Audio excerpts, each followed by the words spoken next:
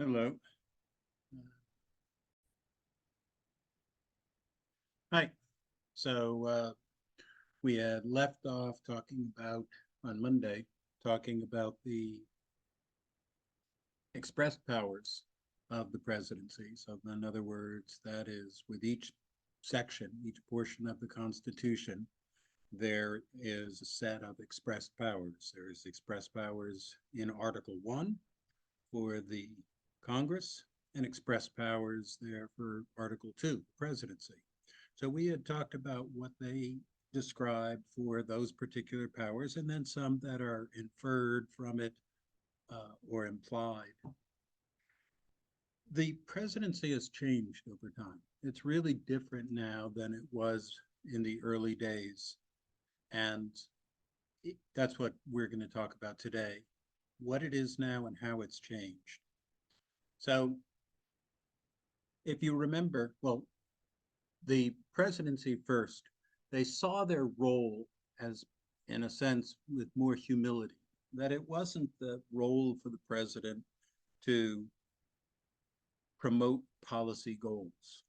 It wasn't the role of the president to come up with initiatives. It wasn't the president's role to lead the country.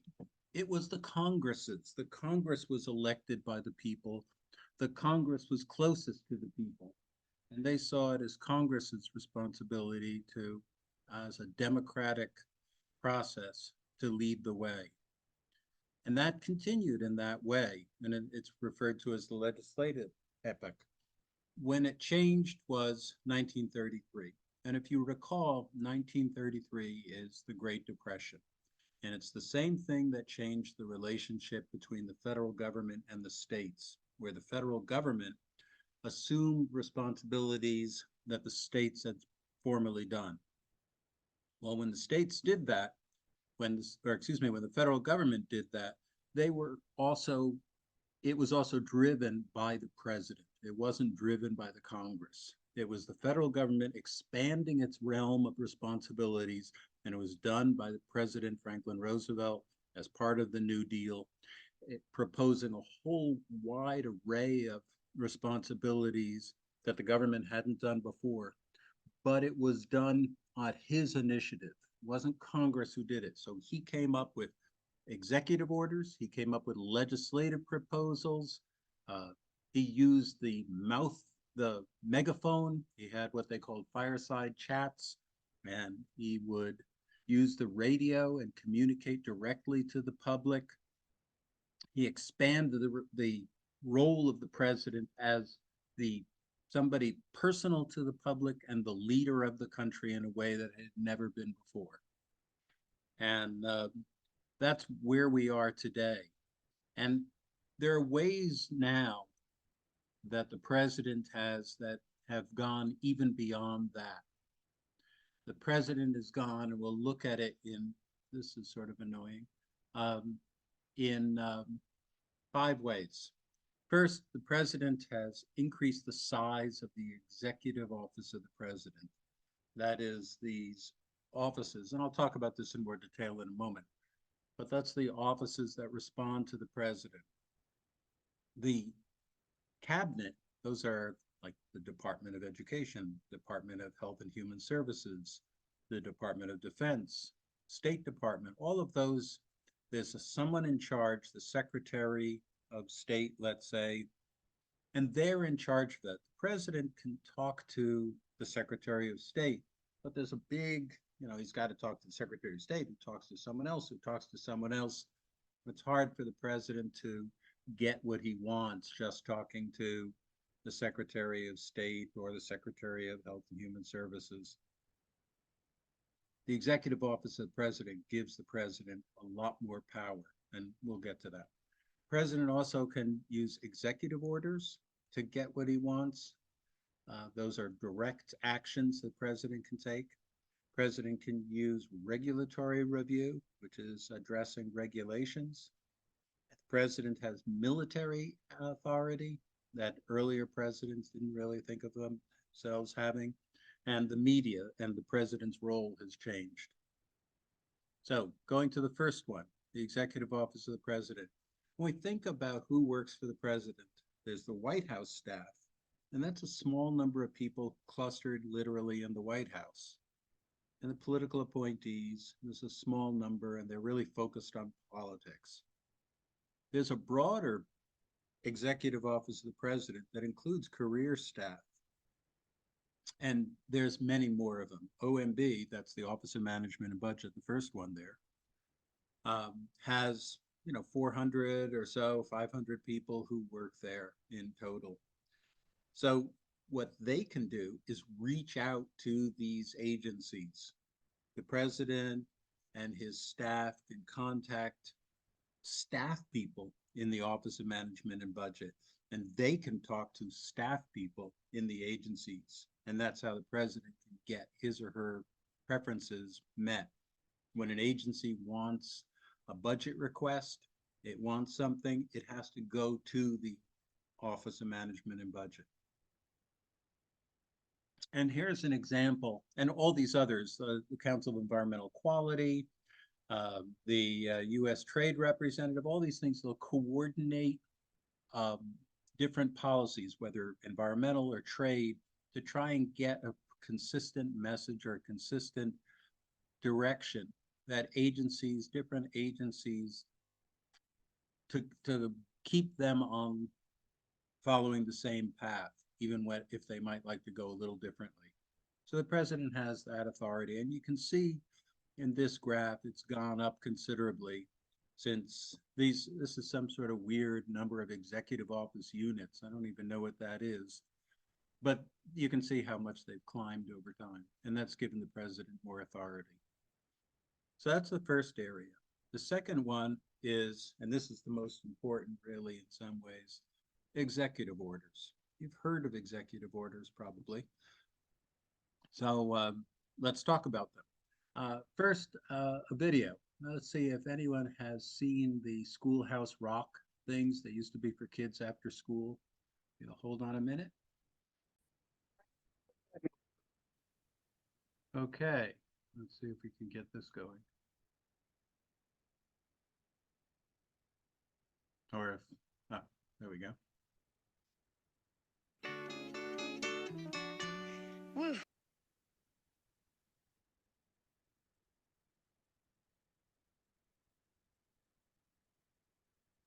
I might not have good enough internet where I am. You sure gotta climb a lot of steps to get to this Capitol building.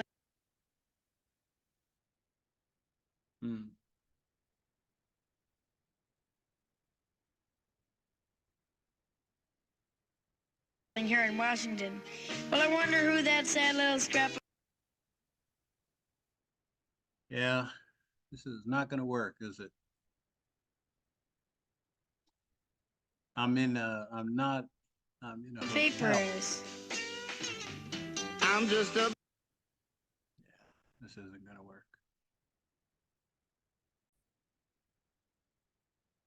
All right, you didn't get to watch Schoolhouse Rock or a Saturday Night Live spoof of that is the executive order process, alas. But the idea of what an executive order does, well, one executive order is the DREAM Act, and that is what happened is Congress was trying to come up with an immigration bill. And the immigration bill would have given the right for permanent residency for the children, for people who had been brought over to this country as children, to have residency. They didn't control coming over without documentation. So the idea was, and it had general support, was to give them residency, permanent residency. They had often no experience in their country, their country of birth, but it died in Congress. And so what Obama did, after he kept trying to get it to go through Congress, and it kept failing. And finally, in 2012, after the midterm elections, he used what's called an executive order. And the executive order temporarily delayed that people without documentation who came over as children. What does that mean? It meant that he said I can't give them citizenship. I can't myself automatically grant them permanent residency. But what I can do is tell the Immigration and Naturalization Service that of all the responsibilities that you have, the least one, the lowest, the thing that you should not do uh, until you've done everything else is go after those kids. And we will also give them some expectation of security because it's not a priority. There's a link here, and I'll give you the, the specific link, where Obama, before he chose the executive order, repeatedly told Congress and the public, I don't have the authority. Congress, you need to pass a law. And he kept saying this. Congress still couldn't do it. The Congress was unable to do it, so he finally used this executive order. And so executive orders, what do? There's a couple of things that they do. It's the president writing some sort of statement. It's just might be short, but it's a presidential statement that acts as if it were a law in many ways. It has similar effects. Congress can completely undo it, or a next president can completely undo it. The next president can come in and, has usually the case, tear up the previous president's executive order. But what do? They can tell an agency to do more or less of some activities. So they can expand or contract an agency's authority. They can tell an agency how they should enforce legislation. Maybe it should be unenforced, or a minor penalty for something. Maybe they should say this should be a death penalty. They can tell them within the law. So what's key is the president cannot create a new law. What the president can do is look at the laws that are on the book and tell the agency how to interpret it, how to understand it, how to enforce it, how to go about it. He can tell the agency where to deploy their people. So an agency has responsibility to administer a law, but he might say put 99% of your people in the state of California and 1% of them in the rest of the country. Obviously, I'm making that up, but he has that kind of discretion in terms of implementing the law. And by implementing it, it affects the outcome. But he's not creating a new law. So Congress can always control executive orders in the sense that they can change the law. There's just two examples. DACA, the one I mentioned, that gave the president told the Department of Justice not to focus on those kids, now often adults, for deportation, that they would be treated as INS should not focus on them. And the states, particularly Texas, said, no, you can't do that. You're making policy, you're making law. The president argued, no, I'm just explaining how to interpret the existing law from immigration. And for the most part, it held. The executive order associated with the Muslim ban, as it's called, under Trump, and I can't see it, 13769, initially said we're going to block entry into the United States from 7 countries. All of those countries were Muslim countries.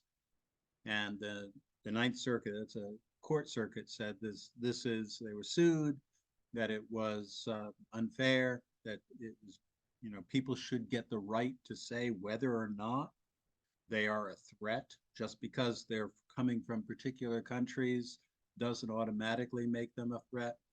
And only when President Trump changed the countries to include some non-Muslim countries, so it didn't look like just a discriminatory process, but there was some version where there was multiple countries from different religions and so forth, was the ban able to be withstood. excuse me, uh, executive orders have been used on some of the most important things that have occurred. The Emancipation Proclamation was an executive order. There was no law that was passed. President Lincoln simply signed a piece of paper saying that the slaves are now and forever free. Boom. Uh, the internment of Japanese Americans in World War II, executive order. Integration of the armed forces, executive order. You can see how some of these things are really consequential. Some of these things have a real import. Some are really good. You might argue these are really terrific, like the halting of the deportation of those kids. And some are definitely not so good, like the internment of Japanese Americans. So they've been used in really big things, often to circumvent the Congress. The they're not terribly popular often with the public. That's not entirely always the case, but as a vehicle, as a way of getting around Congress, people would prefer often, and as you can see in this chart, the public supported that pathway to citizenship for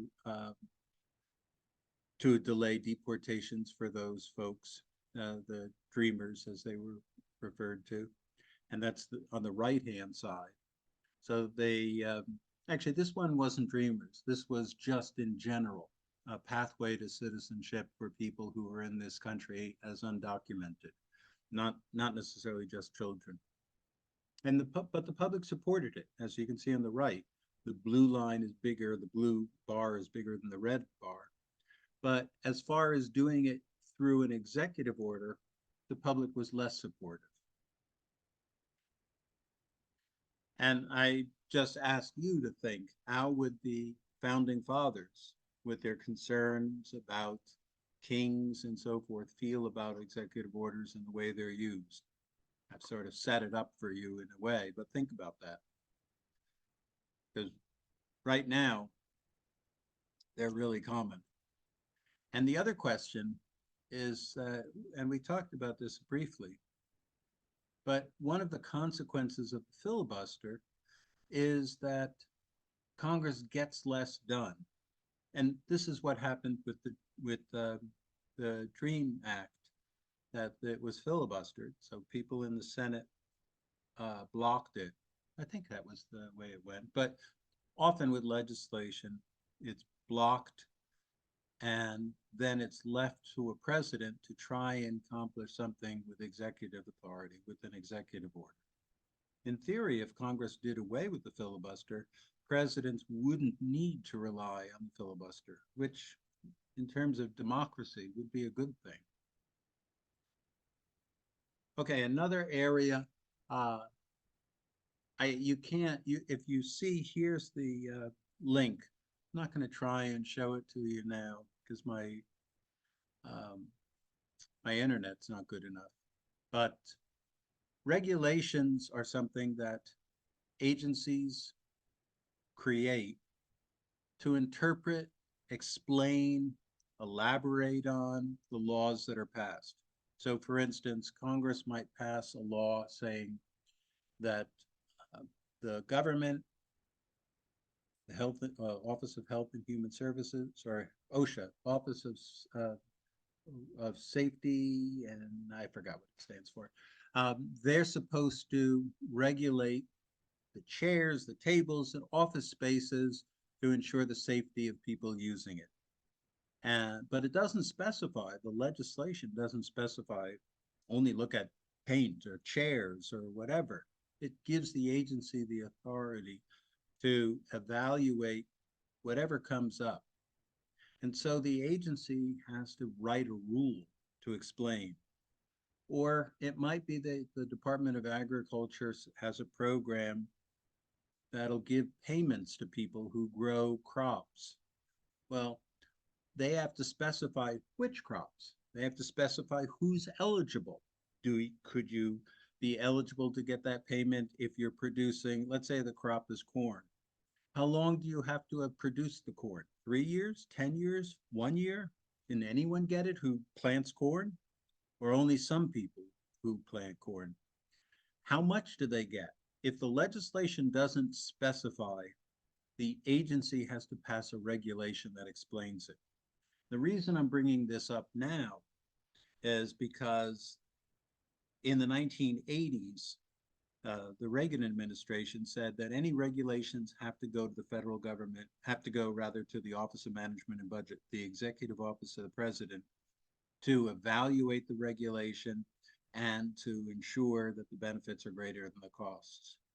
And there's a video, which you can't see. Sorry. But that's another way the president can influence things. Military action. We can go, every president takes military action. The Obama killing Osama bin Laden, obviously. Trump administration targeted Soleimani in the Iranian military. And, these can be very consequential, the actions that presidents take, whether it's cruise missiles or other things. Congress has been given no role. Even though officially they're supposed to declare war, presidents can take those actions and Congress can do nothing about it. This is just an example. We've had ongoing war, essentially, in Yemen that we've participated in from the second Bush administration. So you could see there's a little bit in 2002, and then in 2008, 10, but we've had these series of actions that have taken place in Yemen, cruise missiles, other missiles, drones, and there's no declaration of war. Congress has never weighed in and said, do that or don't do that. It's something the president, using his unilateral authority, has taken. And this is the same thing, Yemen. But it shows you there's actual deaths going on. It's not just inconsequential. And I don't say this to be critical of it. I know nothing about what's gone on. The point is that it shows the power of the presidency. And the last area is this idea of going public, is that the president has a megaphone that speaks in a singular voice that Congress doesn't have. Congress can't directly speak to the public because there's 435 people in the House of Representatives and 100 in the Senate. That's not a single voice. People disagree. One person says one thing, another person says another thing. In contrast, the president is elected by the whole country, not by a district, not by a state, and they get the opportunity to speak directly to the people. This has changed over time, and it really changed, especially in the Trump administration, where he began using Twitter in a way that hadn't been used before. He would use Twitter, now X, to directly speak to people, and it was very effective. The other thing that then President Trump did was he used the media to attack members of his own party who were not sufficiently loyal. People hadn't done that before, Democrats or Republicans. They tended to invariably support members of their party just for fear that that person would be replaced by someone from the other party. Whereas then President Trump was willing to attack people from his party and hope that they would get tossed out in a primary. In part of what's happened is that the media has changed and that it's very much more polarized. And now what people watch is really segmented, really segregated and polarized. So you're not watching a broad, nonpartisan source. Anyway, those are the 5 areas that the presidency has changed. And that's it for this. So I hope that helps.